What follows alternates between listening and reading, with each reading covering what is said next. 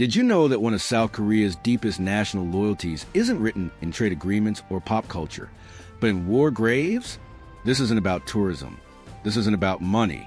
It's about a country that showed up when South Korea was on the brink of extinction and never asked for anything back. In 1950, South Korea was not the global powerhouse you know today. It was broken, burning, on the edge of disappearing from a map. And as the world hesitated, one small Southeast Asian nation made a choice that would echo for generations. The Philippines had just survived World War II. Cities were rubble. Families were starving. The economy was barely breathing. Yet when the call came, they answered, because sometimes history doesn't wait for you to be ready. In March 1949, the Philippines became one of the earliest nations to recognize South Korea as a sovereign state. That decision seemed symbolic at the time. Less than a year later, it would demand blood. When war exploded across the Korean peninsula, North Korean forces surged forward with overwhelming momentum. Backed by China and the Soviet Union, they pushed hard and fast. Many believed South Korea wouldn't survive the year. Then something unexpected happened. The Philippines became the third country on Earth to send combat troops. Not observers, not aid, soldiers. Men who knew they might never come home. They were called PEFTOC, the Philippine Expeditionary Forces to Korea. About 7,500 men. Among them was a young officer named Andres, carrying memories of World War II and the weight of a nation behind him. These soldiers arrived under-equipped.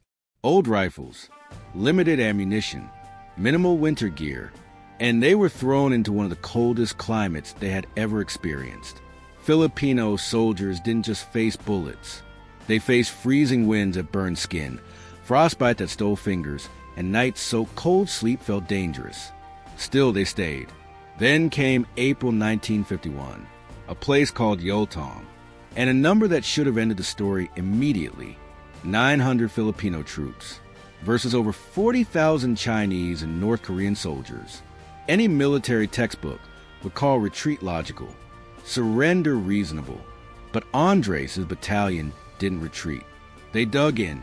They fought through the night, knowing every minute they held the line meant thousands of lives saved elsewhere. Gunfire echoed until sunrise. When the smoke cleared, the impossible had happened. The Filipino battalion survived and broke the enemy's momentum. Called a miracle, South Koreans called it salvation. History would call it the Battle of Yoltong. A year later, at Hill Erie, the story repeated. Different terrain, same odds, same courage. Once again, Filipino troops held what others thought couldn't be held. But war isn't only about fighting. Filipino soldiers treated wounded civilians, rebuilt schools, and shared food with starving families. They didn't just defend South Korea. They cared for it. When the war ended, South Korea was devastated. Factories destroyed. Roads gone. Hope fragile. And yet, the Philippines stayed. Filipino doctors helped rebuild healthcare. Engineers rebuilt bridges. Teachers taught English, unlocking South Korea's future on the global stage. Even policymakers from the Philippines were consulted during South Korea's economic planning. Agriculture, industry, reform. This wasn't charity. It was partnership. South Korea rose. Decade by decade, it transformed into a global economic force.